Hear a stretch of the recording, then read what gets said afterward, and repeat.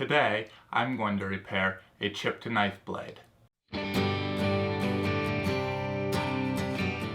So here is an 8-inch Shun chef's knife that was mailed in to me because it has this chip here. And there's a couple other little tiny microchips along the edge, but those will obviously be taken out when we remove this big chip.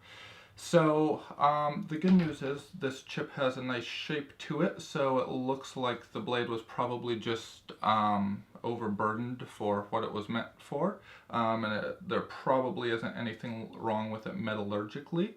But anyway, to remove this chip, I'm going to just take down the bow of the blade by grinding flat here, and then once I've got a nice shape and the chip's gone, then we'll be back into thicker steel. So I'll thin out the blade to make the cross-section blade geometry all nice again. So we'll start somewhere in the middle here and then taper down to the edge. And of course after that's done, then I'll sharpen the edge up and this knife will be good to go.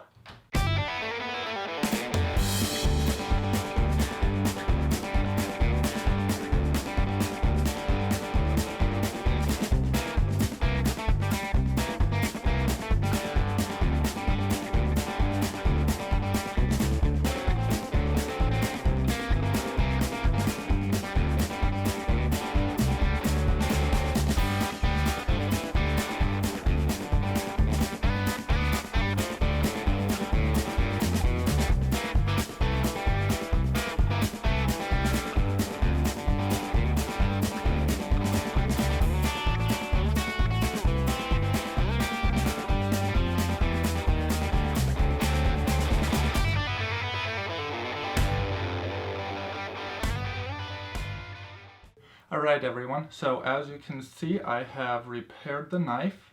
I took the chips out like I said, and I also thinned out the blade, so now it's going to be really aerodynamic as it slides through food and it'll feel almost effortless, especially on harder foods where knives tend to wedge more, like carrots and things like that, although it will feel really great with soft foods too, don't get me wrong.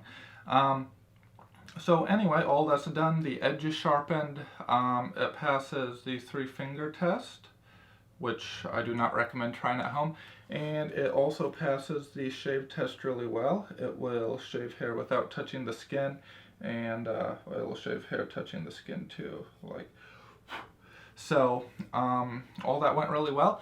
One other way you can test, or one other way I like to test, is just to take a glossy sheet of like magazine paper, and I use that paper because it's harder to cut than like standard copy paper or inkjet paper, and I just kind of fold it over like this. I don't really roll it into a tube because that would make the test easier, but I just fold it over like this, and you just want to see if the knife will bite into the fold and cut down it.